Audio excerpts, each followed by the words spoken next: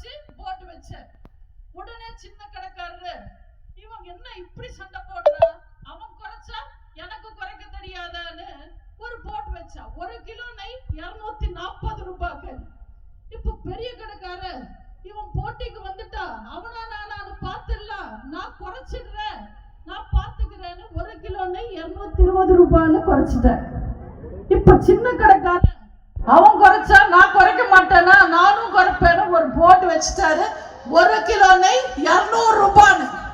இப்போ அந்த வழியா போயிட்டு இருந்த ஒரு பெரியவர் கேட்டார், ஏப்பா தம்பி, அவன் பெரிய வியாபாரி, பெரிய கடை வச்சிருக்கா, பெரிய வியாபாரம் செய்யறா, அவன் ஏதோ குறைச்சு கொடுத்தா, கவர்ச்சிக்காக கொடுத்தா அவன் சமாளிச்சுப்பான்.